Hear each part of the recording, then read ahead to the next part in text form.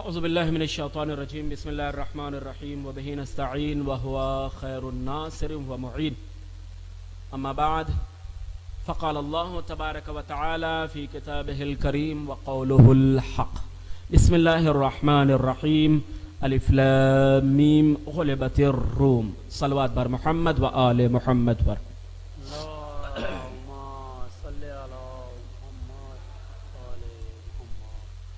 قرآن کریم ایک ایسی جامع کتاب ہے جس کے لفظ لفظ میں معانی کے سمندر پوشیدہ ہے، یعنی آپ اندر اترتے جائیے معانی کیا ہے ملتے جائیں گے۔ مثلا کہا جائے کہ ایک غوطہ خور جب سمندر میں غوطہ لگاتا ہے تاکہ کوئی چیز کیا ہے قیمتی اس سے نکال سکے، دو طرح کے آپ کو ملیں گے غوطہ لگانے والے، سمندر میں سیر و تفریح کرنے والے۔ ایک تو وہ جن کا کام ہی کیا ہے اندر سے خزانے کو نکالنا، اور ایک وہ افراد جو خزانہ تو نہیں نکالتے لیکن کیا ہے کہ وہاں جا کر تحقیق کرتے۔ آپ ذرا اس بات پہ غور کیجئے کہ جو لوگ خزانہ نکالتے ہیں ان میں سے بھی دو طرح کے آپ کو ملیں گے، ایک وہ جو کچھ نیچے سے ملا وہ اٹھا لائے، اب وہ چاہے قیمتی ہو یا نہ ہو، لیکن ایک آدمی ایسا بھی ہے جو جب تک کوئی قیمتی شے اندر سے نہیں ملتی وہ کیا باہر نہیں آتا۔ اسی طریقے سے قرآن کریم ہے، قرآن کریم میں جتنا ڈبکی لگاتے جائیے، جتنا اندر جاتے جائیے، مثلا ایک آیت الف لام میم، اب ظاہر سی بات ہے کہ حروف مقطعات قرآن کے 29 سورہ ہیں۔ کتنے سوروں میں حروف مقطعات ہے؟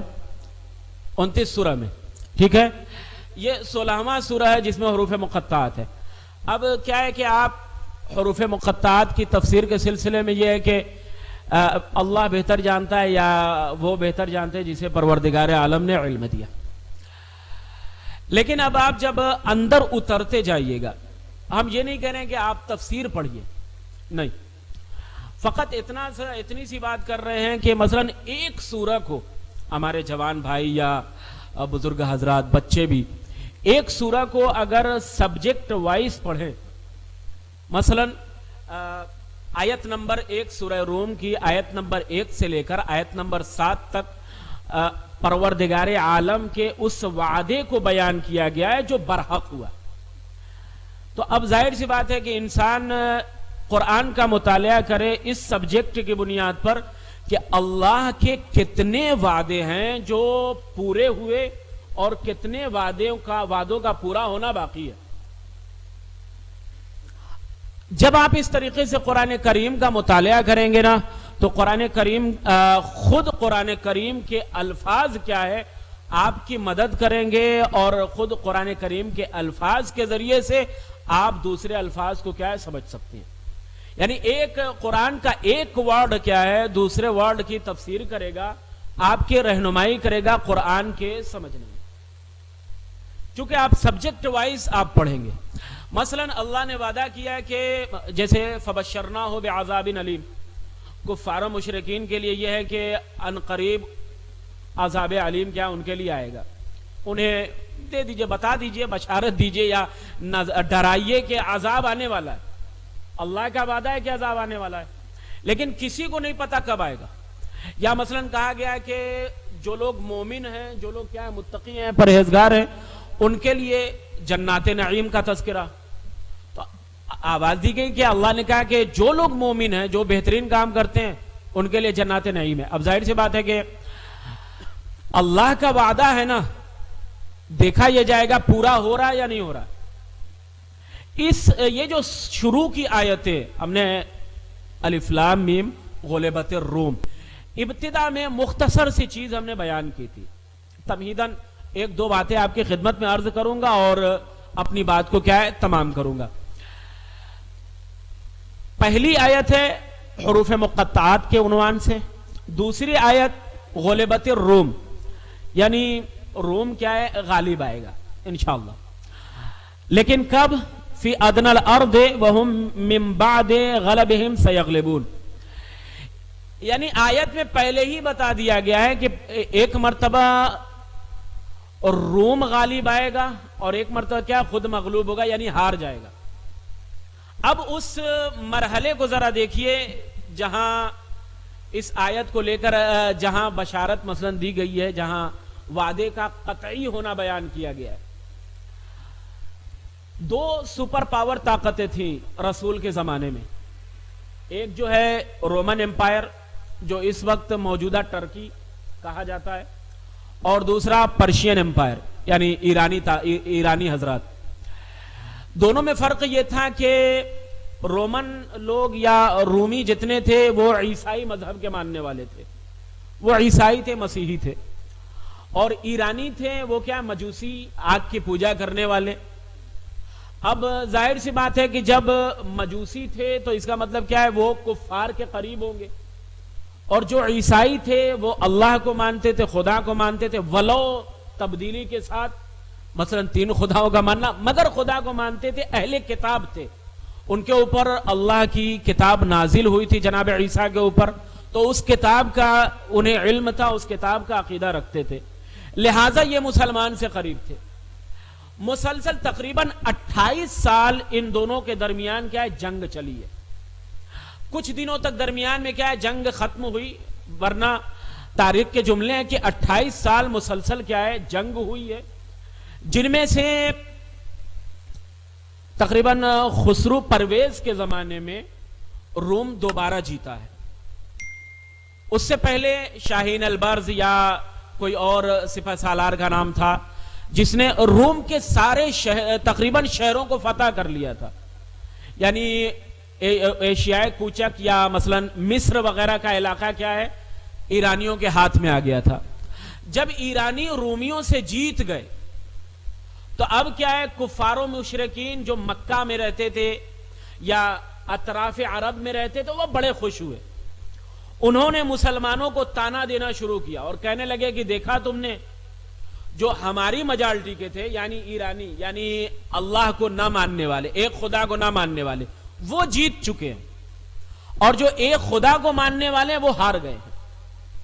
اب اس سے انہوں نے یہ کہا, مسلمانوں کو تانا دینا شروع کیا کہ جب تمہارے جیسے لوگ ہار گئے ہیں تو اس کا مطلب اب جب ہمارے اور تمہارے درمیان ہوگی تو تمہیں کوئی جتانے والا نہیں ہے, تم ہار جاؤ گے, تمہیں شکست ہو جائے گی.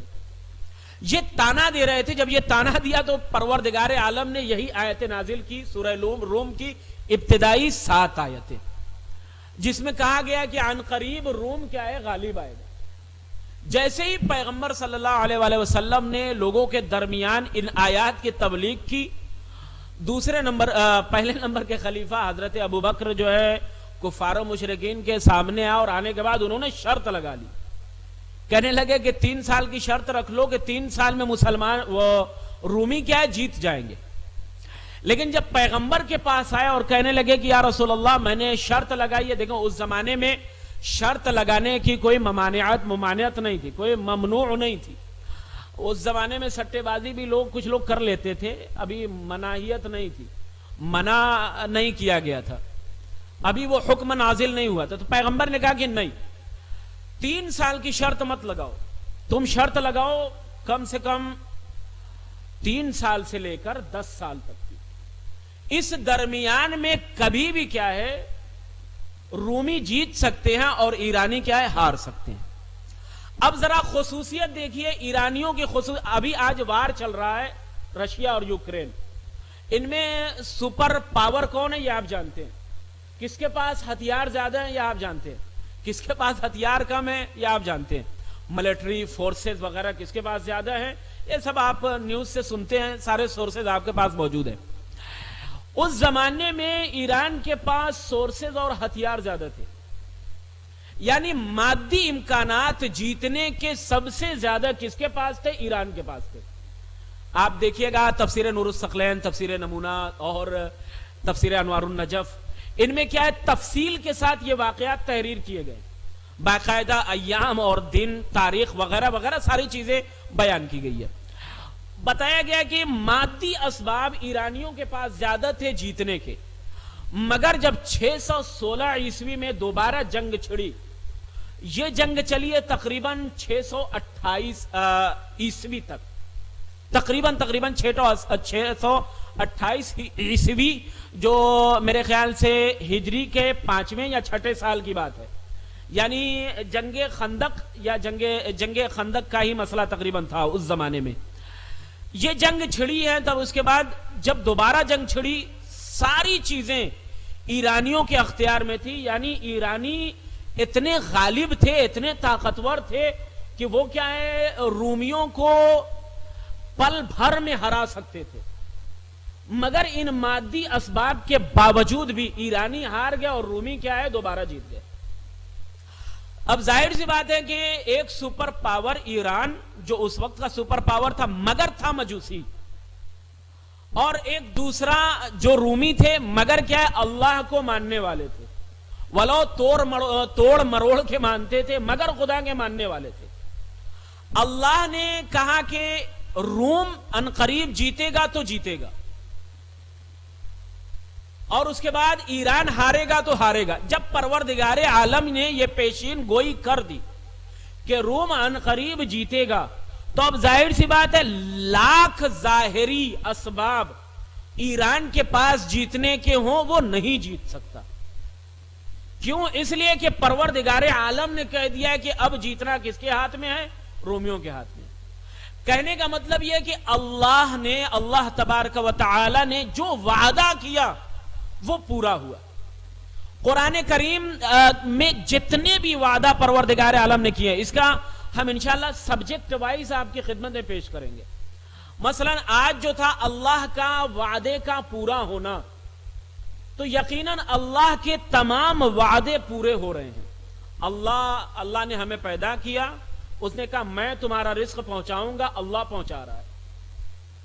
اس نے کہا کہ مسلمانوں کو شکست کم ہوگی، واقعاً مسلمانوں کو شکست نہیں ہوتی. یہ اور بات ہے کہ ظاہراً لوگ یہ کہیں گے تمہاری شکست ہے، لیکن جو اسباب بیان کیے جاتے ہیں، مسئلہ یہ ہے کہ ظاہری شکست نہیں دیکھی جاتی. اللہ یہ دیکھتا ہے کہ ان شکستوں کے بعد، ان ہار کے بعد مسلمانوں کا دل اپنے پروردگار کی طرف مائل ہے یا ہٹ رہا ہے. اگر مسلمانوں کا دل پروردگار کی طرف اور زیادہ مائل ہو گیا ہے تو اس کا مطلب مسلمانوں کی جیت ہے. اور اگر مسلمان ہٹتا چلا جا رہا ہے تو اس کا مطلب وہ اپنے ایمان سے بھی ہاتھ دھو رہا ہے، اور مثلاً کیا ہے، پروردگار عالم سے بھی کیا ہے، دور ہوتا چلا جا رہا ہے. آج دور حاضر میں بآسانی سمجھا جا سکتا ہے کہ آپ دیکھیے کہ یمن کے پاس کوئی فورس ہے، کتنی فورس ہے؟ کوئی خاص نہیں. مگر اس کے مد مقابل میں سعودی عرب کی مدد کرنے والے کتنے زیادہ ہیں؟ بہت زیادہ.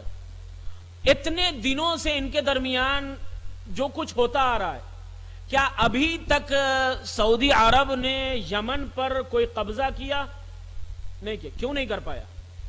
غور کیجئے گا، یہ گفتگو میں کر چکا ہوں. لیکن کیوں نہیں کر پایا؟ اس لیے نہیں کر پایا کہ یمنی حوثی فورس کے جو کمانڈر تھا، اس نے ایک فقرہ کہا، پوری دنیا ہمارے برخلاف ہو جائے، ہمارے خلاف ہو جائے، کوئی پرواہ نہیں ہے.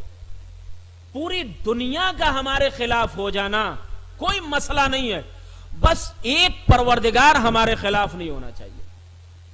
اگر پروردگار ہمارے ساتھ ہے تو پوری دنیا ہمارے خلاف ہو جائے، ہمیں کوئی پرواہ نہیں، ہم پھر بھی جیتیں گے.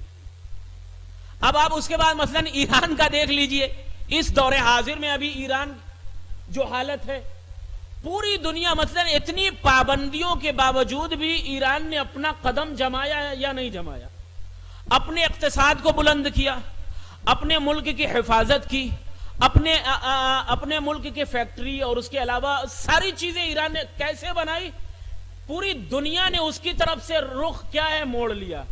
مگر انہوں نے کیا کیا؟ اپنا رخ فقط اور فقط پروردگار کی طرف کیے رہے. یعنی نتیجہ آپ لے کر جائیے یہی کہ پوری دنیا ہمارے خلاف ہو جائے، اگر پروردگار عالم کا ساتھ ہمارے پاس ہے تو اب کیا ہے، ہمیں شکست نہیں ہونے والی ہے.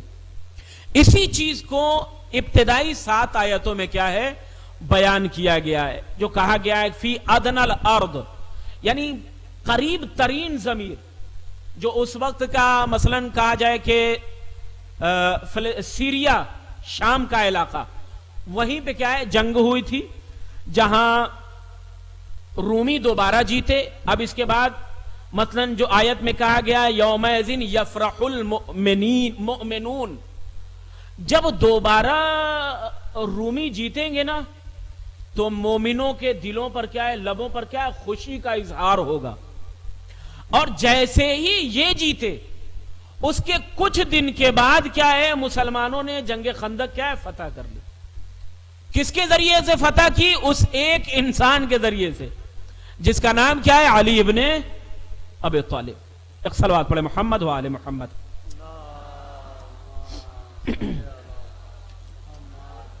اس کے بعد کہا بنصر اللہ, اللہ کی مدد سے. ینصر من یشاء, اللہ جس کی چاہے مدد کرتا ہے. وہو العزیز الرحیم. یہاں کے بعد کیا ہے, وعد اللہ لا یخلف اللہ وعدہ. یہ کیا ہے, اللہ کا وعدہ ہے کہ مومنین کو جیت نصیب ہوگی اور کفار کو ہار. اللہ کا وعدہ ہے. اب آیت کا جو فقرہ, لا یخلف اللہ وعدہ, اللہ کبھی اپنے وعدے کی خلاف ورزی نہیں کرتا کہیں بھی کسی بھی مرحلے پہ. وَلَكِنَّ أَكْثَرَ النَّاسِ لَا يَعْلَمُونَ, لیکن اکثریت اس بات کو کیسے جانے گی جب انسان کا یعلمون ظاہرا من الحیات الدنیا, جب انسان حیات ظاہری مادی ظاہری دنیا کی طرف متوجہ ہیں تو ظاہر سی بات ہے کہ پروردگار عالم کی وہ معرفت نہیں ہو سکتی جو ہونی چاہیے تھی. کیوں؟ اس لیے کہ وہ ساری چیزیں اس کے سامنے کیا ہے, وہ ظاہری چیزیں. ہمیں مال و دولت زیادہ مل جائے, ہمارے پاس کار اتنی لمبی ہو جائے, ہمارا گھر جو ہے سب سے اونچا ہو جائے, ہمارے پاس جو ہے زیادہ تر سوچیں یہ ہوتی ہے. جب یہ سوچ ہوگی تو ظاہر سی بات ہے کہ اللہ کے بارے میں جانکاری ناممکن ہے. لیکن جہاں سوچ یہ ہو جائے کہ نہیں, ہم پہلے اس بات کو تو جانیں کہ جو دینے والا ہے وہی کیا ہے, سب سے بڑا ہے. جو دینے والا ہے وہی کیا ہے, سب سے بزرگ ہے, وہی کیا طاقتور ہے. جب اس کی طاقت کا اندازہ ہو جائے گا تو اب حیات ظاہری نہ ہمیں شکست دے سکتی ہے اور نہ حیات دنیا, نہ دنیا کے نشیب و فراز. ایک مختصر سا میں واقعہ بیان کر کے اپنی بات کو تمام کر دیتا ہوں. ایک صلوات پڑھے محمد و آل محمد پر. صلی اللہ محمد و آل محمد. پیغمبر اور مولا کائنات اور چند افراد کسی جگہ پہ جا رہے تھے. غور کیجئے گا میرے بھائی, آپ لوگ, یہ چھوٹے بچے جو ہیں, میرے دوست, میرے احباب, غور کیجئے گا. کفار نے کہا کہ یا رسول اللہ اگر کوئی معجزہ دکھا دیجئے ہم ایمان لائیں گے. ٹھیک ہے,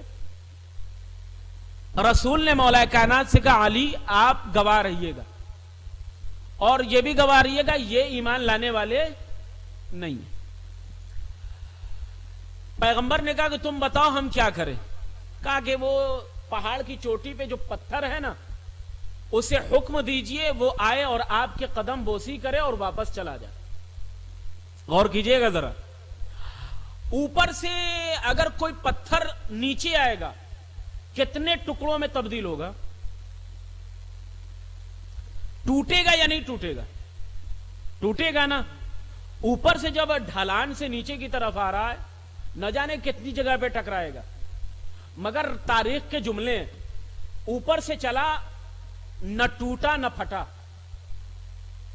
ٹکڑوں میں تقسیم نہیں ہوا, اوپر سے چلا. اور اسی پہاڑ کے نیچے ایک دریا تھا, دریاچہ. اس دریاچے میں دریا میں ظاہر پانی میں پتھر ڈالیے, ڈوبے گا یا نہیں ڈوبے گا؟ ڈوبے گا نا. پتھر پانی میں اگر پتھر ڈالا جائے وہ تو زمین پہ چلا جائے گا, وہ ڈوب جائے گا. لیکن اس پتھر کی خاصیت یہ تھی کہ یہ پتھر پانی پر تیرتا ہوا کیا ہے, رسول کی قدم بوسی کی, رسول کے قدم کو چوما اور چومنے کے بعد دوبارہ اسی طریقے سے واپس چلا گیا. آپ ذرا اوپر کی طرف کوئی چیز پھینک کے دیکھیے, وہ اب دوبارہ نیچے آئے گا یا نہیں آئے گا؟ مگر یہ خاصیت تھی اس پتھر کی, وہ پہاڑ کی چوٹی سے چلا, دریا میں آیا, نہیں ڈوبا, رسول کی قدم بوسی کی اور پھر کیا ہے واپس چلا گیا, نہ ٹوٹا نہ ڈوبا. ذرا اس واقعے پہ غور کیا آپ نے یا نہیں کیا؟ پتھر ہے پھر بھی ٹوٹ نہیں رہا ہے, پھر بھی ڈوب نہیں رہا ہے. مسئلہ کیا ہے؟ مسئلہ یہ ہے کہ اس کو بلایا کس نے تھا؟ پیغمبر اسلام نے. اسے حکم کسے دیا تھا؟ پیغمبر اسلام نے. تو اب یہاں سے آپ نتیجہ لے لیجئے. اگر مسلمان پیغمبر اسلام اور اسلام کی تعلیمات پر عمل کرتا رہے گا تو لاکھ کفر و نفاق کے پہاڑوں سے ٹکرا جائے ٹوٹ نہیں سکتا. غور کیجئے گا. اگر مسلمان پیغمبر اسلام، قرآن اور کیا اسلام کی تعلیمات پر عمل کرے، لاکھ کفر و نفاق کی ندیاں آئیں گی، وہ اس میں ڈوب نہیں سکتا. کیوں؟ کیونکہ اس کے پاس جو ہنر ہے کسی اور کے پاس نہیں. لہذا آپ آج یہ تعلیم لے کر جائیے گا کہ اسلام نے جو کچھ بیان کیا، قرآن نے جو کچھ بیان کیا، اللہ نے جو کچھ بیان کیا، وہ برحق ہے، اور انشاءاللہ اگر آج نہیں ہوا ہے تو آئندہ کیا ہے؟ وہ ہونے والا ہے. والسلام علیکم ورحمۃ اللہ وبرکاتہ.